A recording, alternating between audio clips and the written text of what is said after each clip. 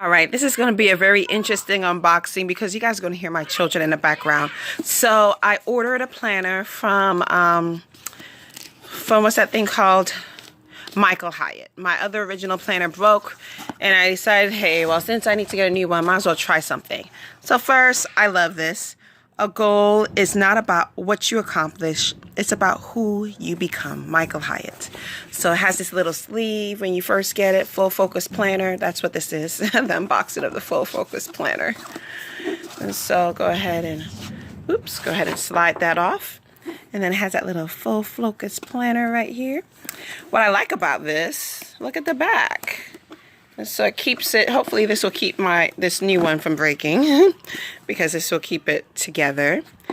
I also like this because it has a built-in folder. With the other books that I normally get, I have to add, okay, this is a piece of lint. It looks like it's something else. And this has the folders right here in the back, so I kind of like that. Okay, so just flipping it open. Got the full focus planner. Plan your year, design your days, achieve your biggest goals.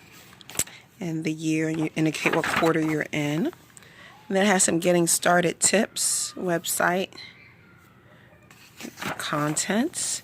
To accomplish our goals, you must instill our dreams into daily actions. So this is the annual. What's interesting about this is that there are two of these, not just one. I guess one to keep you on the annual and the other for daily. So these are the annual goals. This is where you'll list your goal statements. This is when you do your goals in detail. And then you have the trackers at the bottom of your goals. So I guess this would be helpful.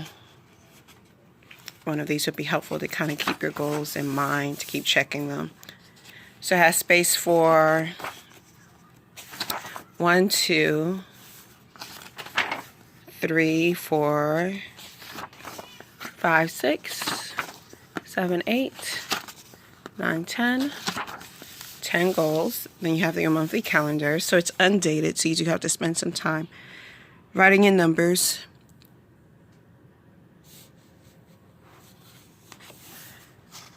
Major projects, you could list that on the side. Oh, it has all the monthly calendars here. I don't know how I feel about that. I guess that just has the monthly calendars for 1 to 3 months. It really make it just for 3 months. Your rolling quarters. Okay, so this is like your year. So this is quarter 1. Because 1 to 3 months. 1 to 3 months. That's 6 months right here. And this is another 6 months. So I guess that's where you would plan your year right there. Then it has you doing the daily rituals. Workday startup ritual, workday shutdown ritual, and evening ritual. Your ideal week. And then this is when you do your daily task. So it has a notes page. I like the idea that they have the notes page here. It kind of reminds me a little bit of a bullet journal because of the delegate, all these other little icons that you can have. Your ideal work week starts at 5, really? And ends at 9. So that's Monday. So they have one for every day. Tuesday, Wednesday, Thursday, Friday, Saturday, Sunday. Okay, so Sunday is different. Oh no, Sunday's the same. Weekly preview. Yeah, I guess they end the weeks on Sunday. I kind of don't like that because the week really ends on Saturday. Sunday's actually the first day of the week. But I get it. And this is your weekly preview, your biggest wins, after action review. What worked, what didn't, what will you keep, improve, start or stop doing. List sweep, weekly overview, personal, professional. That's kind of cool.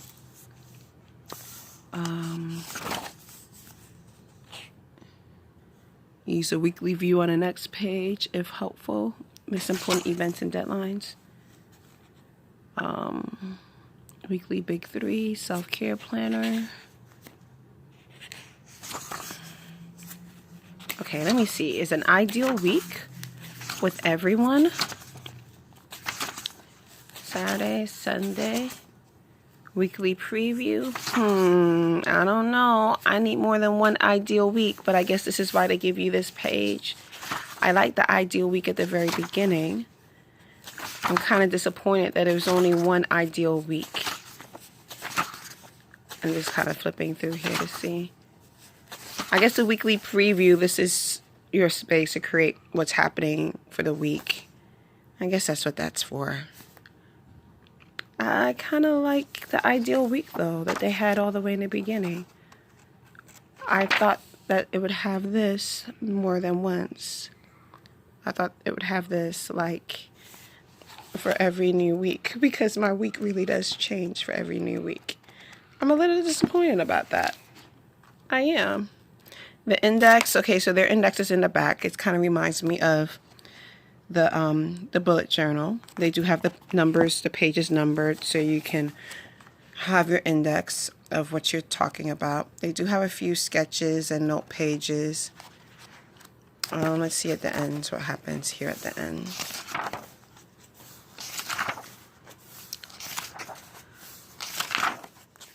Quarterly preview. Oh, this is when you review the quarter. Your biggest wins, action review.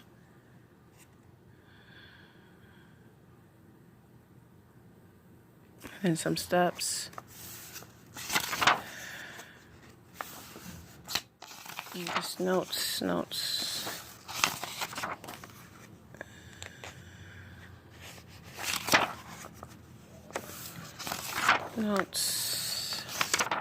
More notes, sketches.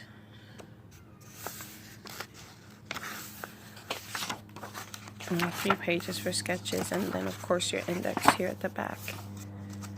Okay, so, and then more resources, of course. All right, so this planner was this planner was $39. I was attracted to it because I like Mike Hyatt's book, How to Plan Your Week. Five steps to, I forget the name of the book. Oh my word. Why am I drawing a blank? Surely it's back here. It's not a free, your best year ever. Here it is. Your best year ever, 5-step plan for achieving your most important goals. I love that book. So I thought this book would be a good way of reminding me of the things I learned in that book. So that's why I decided I wanted to try it. My disappointment is that the monthly calendar is right here in the middle, in the beginning. I'd rather it be spread out, but I can see why that might be beneficial. And my only other drawback is that the ideal week is just listed once. And my week really changes from week to week. And I really do need to write down like what I have happening. But I'm still going to try it out. I'm going to go ahead and give it a go. It's a quarter, so I'll try it out for 3 months and let you guys know how it worked. Hopefully you heard my kid. Well, I'm sure you heard my kids in the background. But that's it. That's my little unboxing of the Full Focus Planner. Hope you guys enjoyed it. Bye.